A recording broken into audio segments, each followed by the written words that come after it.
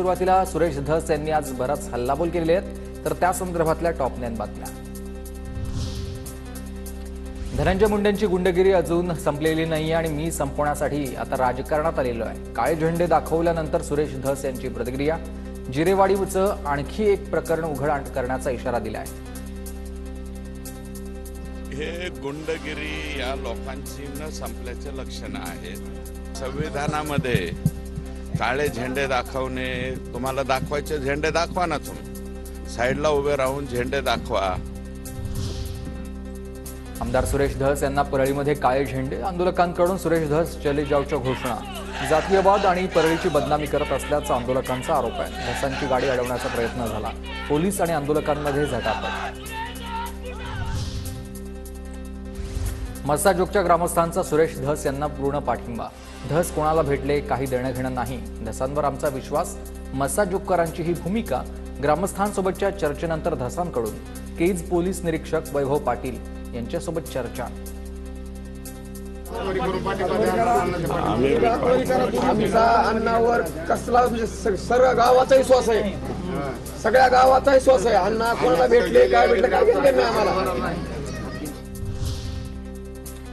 वाल्मिक कराडला तुरुंगात मटण पुरवलं जात असल्याचा सुरेश धसांचा आरोप आहे। कराड आणि इतर आरोपींना व्हीआयपी ट्रीटमेंट देणाऱ्या अधिकाऱ्यांवर कारवाई करावी, सुरेश धसांची मागणी। कराड आणि त्यांचे सहकारी यांना कशी व्हीआयपी ट्रीटमेंट दिली जाते याचे जवळजवळ 13 उदाहरणं हे माझ्याकडे लेखी स्वरूपात दिलेले आहेत आणि मटण पुरवल्याचे सुद्धा पुरावे त्या ठिकाणी सापडलेले आहेत। आरोपींचा शोध घेण्यासाठी बीड पोलिसांनी बालाजी तांदळेंची गाडी वापरली आहे। गुन्हे शाखेच्या अधिकाऱ्यांनी तांदळेला दिलेलं पत्र TV9 मराठीच्या हाती आहे। बालाजी तांदळे हा वाल्मिक कराडचा निकटवर्तीय। आरोपींच्या शोधासाठी माझीच गाडी पोलीस वापरत होते आणि मी सुद्धा आरोपींना पकडण्यासाठी पोलिसांच्या सोबत होतो। संतोष देशमुख हत्या प्रकरणात बालाजी तांदळेवर होणाऱ्या आरोपांवर तांदळेकडून हा खुलासा करण्यात आला आहे। गोष्ट तर मी वाल्मिकांना भेटायला गेलो हे चुकीचं आहे का? तर मी भेटायला गेलो नव्हतो, तर CIDने मला तपास कामी सोबत नेलं होतं। तिन्ही आरोपी जे फरार आहेत सुदर्शन भोले आणि त्याचा विषय कोणाचा फोन आलता का, संपर्कात आहेत का, काय आवश्यकता का, हे विचारत होते। या सगळ्या आरोपींना तुम्ही ओळखता? ओळखायला जणांना ओळखतो मी।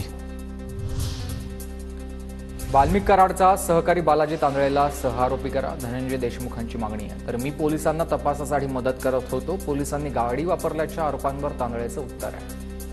जमीन घेतल्या त्याच्यामुळे त्याच्यावर संशय म्हणजे तो 100% सहआरोपी आहे ना, ते सिद्धच आहे। ते काय ह्यानी माझी गाडी पोलिसनी वापरली म्हणून तो थोडंच निर्दोष होणार आहे।